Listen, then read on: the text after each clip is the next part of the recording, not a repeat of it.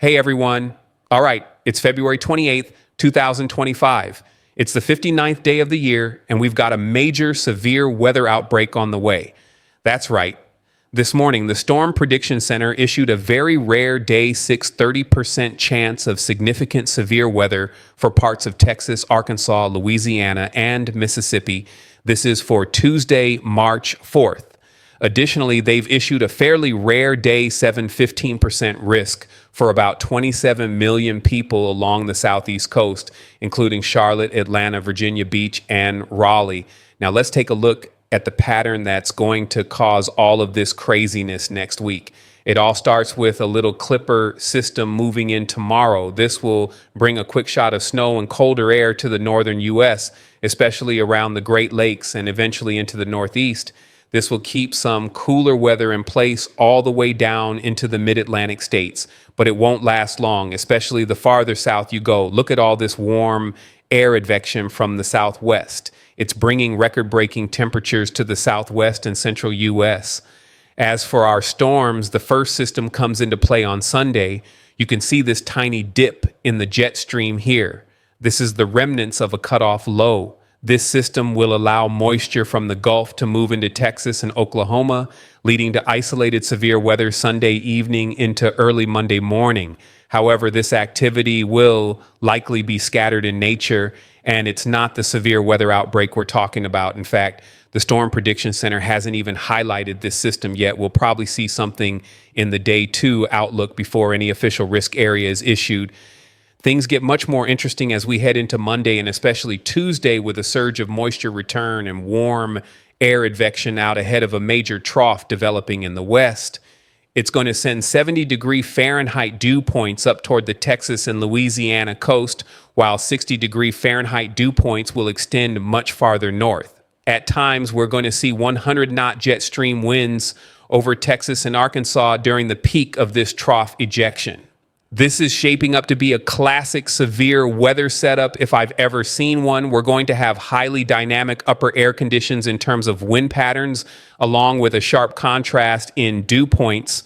On the western side of the cold front and dry line, dew points will be extremely low, while to the east, they will be abnormally high. Where these two air masses meet, we're likely to see significant severe weather developing on Tuesday, potentially between 1 and 4 p.m. This will likely include intense supercells forming in eastern Texas and eastern Oklahoma, moving into western Arkansas and northwestern Louisiana. These storms will pose a fairly significant tornado threat. Guys, it's not every day that I use these words to describe a storm system 6 days out.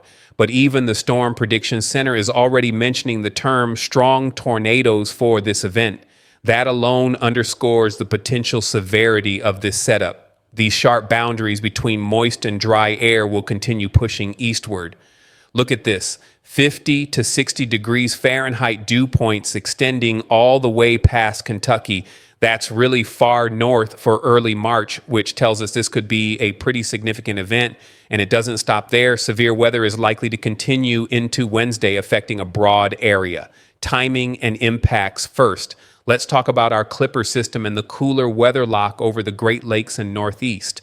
Today, we'll see rain showers and some isolated rumbles of thunder from eastern Kentucky to West Virginia. Snow will develop in Vermont, New Hampshire, and Maine, while heavier snow moves into Ontario, Michigan's Upper Peninsula, and northern Michigan by Friday.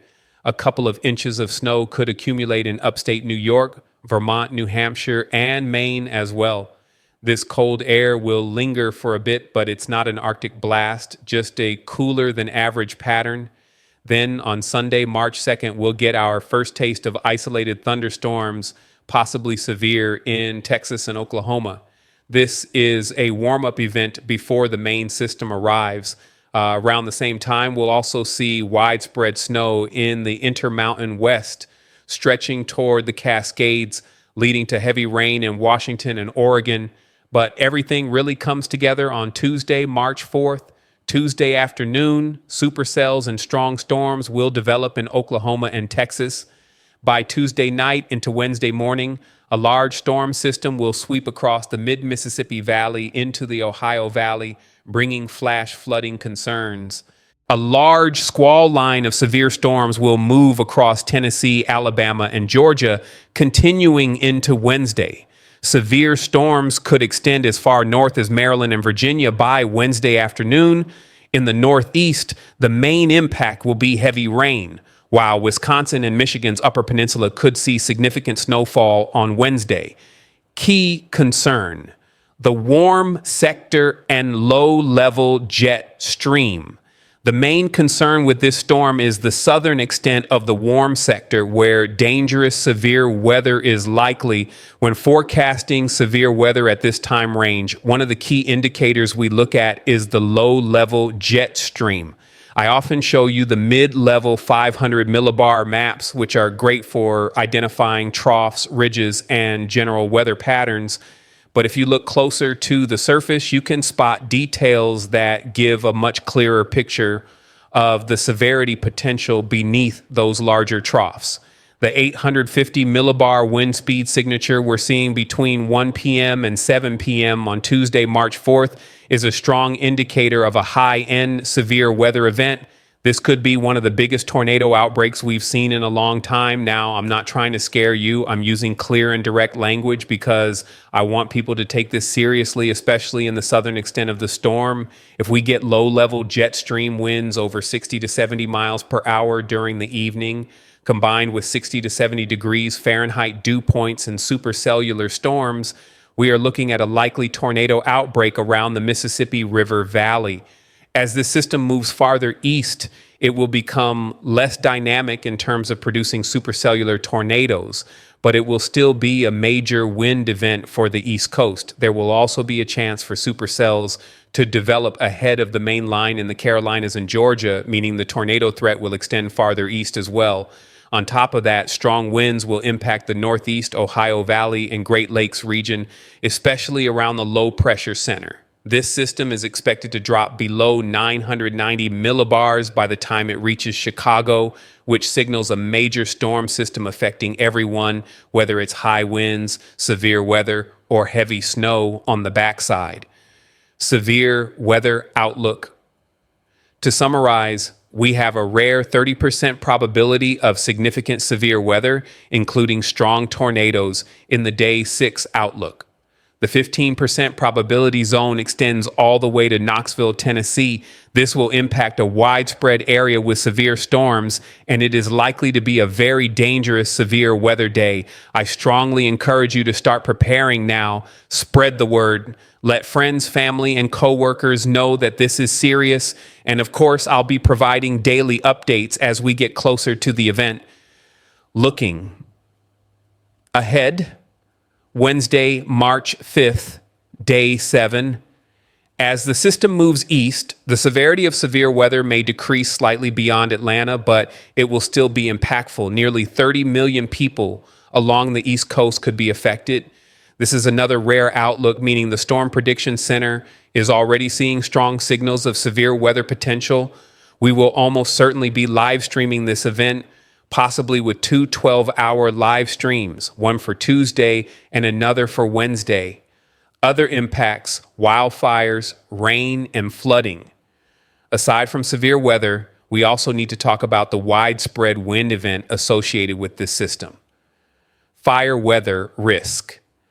Tomorrow, strong northwesterly winds will lead to elevated fire weather conditions in the north central U.S., particularly in Iowa, South Dakota, and Nebraska. Expect significant wildfire activity through Friday. A new wildfire event could develop on the backside of the storm in New Mexico and Texas due to very dry air sweeping across the region. Heavy rain and flooding. We also need to watch for flooding in some areas. The Ohio Valley and Northeast could see more than 4 inches of rain over the next week. Some rivers in Tennessee and Mississippi are already above flood stage, so flooding concerns will increase in flood-prone areas. In the Pacific Northwest, Washington, Oregon, and California could see over 6 inches of rain in some locations, with significant snow in the higher elevations. Final thoughts. That's all the weather talk for today, but this situation is evolving, and I expect the threat areas to expand. Southern Kentucky could be added to the day 6 outlook.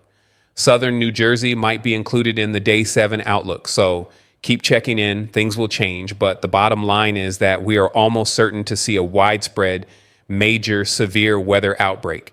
Make sure your family, workplace, and community are ready. We will be live with real-time updates covering everything as it happens. So hit that subscribe button, turn on notifications, and like this video to help spread this vital information to as many people as possible.